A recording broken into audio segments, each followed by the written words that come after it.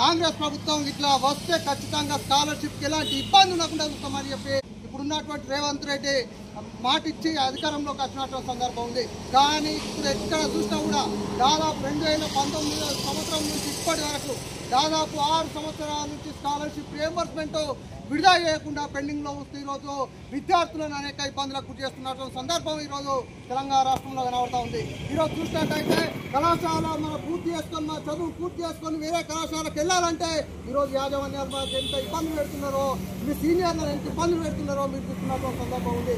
ఈరోజు స్కాలర్షిప్ లేదు కాబట్టి మీరు ఫీజు కట్టాలి, ఫీజు కట్టి మీరు సర్టిఫికేట్ తీసుకెళ్ళండి, లేకుంటే మాత్రం సర్టిఫికేట్ ఇవ్వనని చెప్పేసి వాళ్ళ గుర్తు మారింది మీ చైర్మన్ కావచ్చు, మీ కరస్పాండెంట్లు, మీ కళాశాల యాజమాన్యాలు చెప్తున్నటువంటి సందర్భం ఉంది. కానీ ఈరోజు ఇదంతా జరుగుతున్నా కూడా విద్యార్థి సంఘాలు అనేక పోరాటాలు చేస్తూ ఈరోజు స్కాలర్షిప్ రాక విద్యార్థులు అనేక ఇబ్బందులు పడుతూ ఉన్నారు.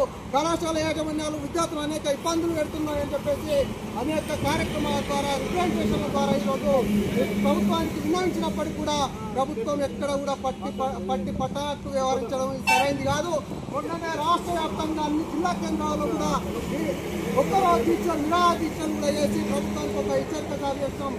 ఖబర్దార్ ప్రభుత్వమా, ఇప్పటికైనా పెండింగ్ లో ఉన్నటువంటి 8,150 కోట్ల పెండింగ్ స్కాలర్షిప్ రియంబర్స్మెంట్ విడుదల చేయాలి. లేకుంటే ఖచ్చితంగా 2వ తారీఖు నాడు ప్రతి కలెక్టరేట్ ముందు విద్యార్థులతో ఆందోళన చూస్తామని చెప్పేసి కూడా ఆ రోజు హెచ్చరిక జారీ చేసి ఈరోజు కలెక్టరేట్ ముందుకు వస్తాం. అయినప్పుడు ఇప్పటికైనా కూడా పెండింగ్ లో ఉన్నటువంటి స్కాలర్షిప్ రియంబర్స్మెంట్ కనుక రిలీజ్ చేయకుంటే భవిష్యత్తులో ఖచ్చితంగా నిన్ను గద్దె దింపడానికి ఎన్ని కార్యక్రమాలు తీసుకొని ఎంత పెద్ద కార్యక్రమాలు తీసుకొని అవసరం అనుకుంటే